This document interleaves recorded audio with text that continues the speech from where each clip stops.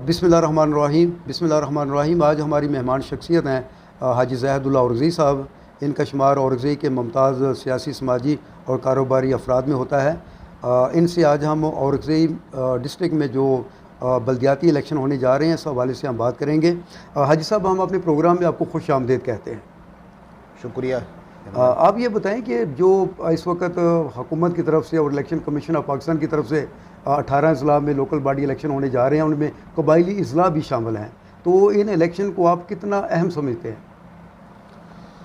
अल्हम्दुलिल्लाह है, ये लोकल बॉडी जो इंतखाबात है और भी देखा फ़िलहाल फाटा में जी, वो बहुत अच्छा इक़दाम है जिसमें लोकल बॉडी को मैं समझता हूँ कि वो नीचे सतह पर मुंतकिल हुआ। MNA MPA वो तो बहुत बड़े आदमी हैं, जो गरीब लोग हैं वो नहीं है और उसको पहुँच से दूर है, लेकिन वो मुंतखब हो गया तो हर गांव में सतह पर, विलेज काउंसिल सतह पर वो लोगों का मसाइल हल करते हैं। आप चूँकि आपका औरकज़ई से ताल्लुक़ है, आपने लोगों के मसाइल को बारीक बीनी से देखा है, आप क्या समझते हैं कि अगर ये इलेक्शन हो जाए शफाफ तरीके से तो जो नए अवामी नुमाइंदे आएंगे उनके ज़रिए फ़ंड का जो इस्तेमाल होगा उससे वाकई औरकज़ई के मसाइल हल हो सकेंगे?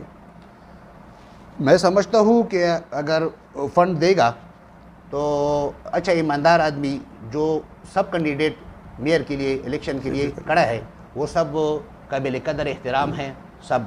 मैं कोई भी पर तनकीद नहीं करेगा, न मेरे मुखालिफ है, लेकिन रिटायर मेजर रश्मीन अज़हर जो है वो सब लोगों को पता है।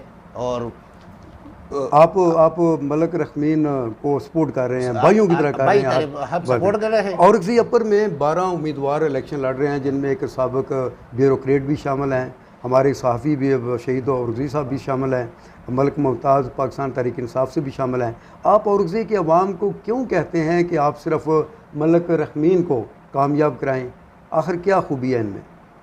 मैंने पहला बताया कि वो सब मेरे भाई की तरफ दोस्त सब है, लेकिन मेजर रश्मीन जो है वो कोई भी आदमी से छुपा नहीं है जी। वो दफ्तर में, सरकार में तकरीबन 30 साल उसने ड्यूटी किया, दफ्तरों में चक्कर लगे, सब लोग जो कुछ भी आपके हाथ में है वो भी सही तरीके से वो डील करेगा। अब तक जो औरकज़ई में कंपेन चली है, आपने मलक रखमीन असगर साहब के जलसे जुलूस और उनकी कंपेन भी देखी है, बाकी उम्मीदवारों की कंपेन भी देखी है। इस वक्त तक औरकज़ई की जो कंपेन चली है उसमें आप क्या देखते हैं कि अवाम की गहमा गहमी बरकरार है या नहीं है? इस इलेक्शन में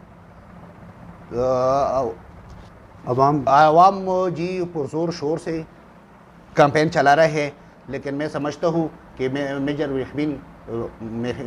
रश्मीन मेजर जो है वो कंपेन बहुत अच्छा है और लोग भी उसको सपोर्ट करते हैं और कौम ने मुतफ़िक़ा तौर पर उम्मीदवार भी बने। अपर की जो तमाम अक़वाम है उन्होंने मुतफ़िक़ा तौर पर उनको अपना उम्मीदवार नामज़द किया है। अच्छा हाजी साहब, आप ये बताएं मुझे कि इलेक्शन कमीशन ऑफ पाकिस्तान ने जो इलेक्शन को आज़ादाना, मुनसिफ़ाना और शफाफ बनाने के लिए अब तक जो इक़दामात उठाए हैं, क्या उन इक़दामात पर अमल हो रहा है या इसमें किसी किस्म की मुदाखलत हो रही है? नहीं है, अभी इस वक्त पर बिल्कुल सही तरीके से चल रहा है। यानी आपका कहने का मतलब यह है कि पाकिस्तान तहरीक इंसाफ की हुकूमत, उनके वज़रा किसी किस्म की मुदाखलत नहीं करेगा। अच्छी बात है, ये तो बहुत अच्छी बात है। आप क्या समझते हैं कि 31 मार्च को जब लोग निकलेंगे, वोट पोल करेंगे, तो उस दिन भी अमन व अमान को बहाल रखने के लिए अवाम को और इंतज़ामिया को और इलेक्शन कमीशन ऑफ पाकिस्तान को किस तरह का रवैया अपनाना चाहिए?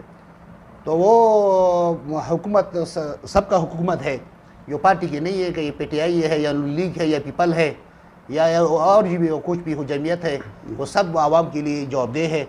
वो उस पर जिम्मेदारी है कि वो बराबर हर आदमी को बराबर हिस्सा दो और कैंपेन सही तरीके से चले। ठीक है भाई साहब, ये आखिर में आप हमें एक पैगाम दे दें कि आप औरकज़ई के अवाम को 31 मार्च के इंतखाब के हवाले से क्या मैसेज या क्या पैगाम देंगे कि इसको वोट दें और क्यों दें?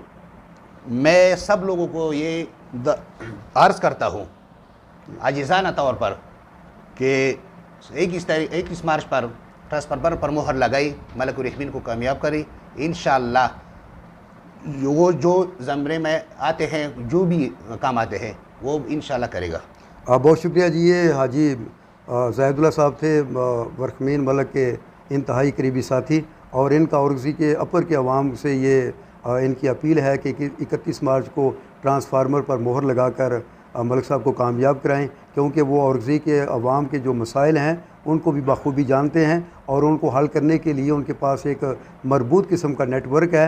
और यहाँ के जो अवाम हैं वो अगर तब्दीली चाहते हैं तो तब्दीली के लिए ट्रांसफार्मर पर स्टैंप लगाना 31 मार्च को बहुत ज़रूरी है। बहुत शुक्रिया जी। मेहरबानी।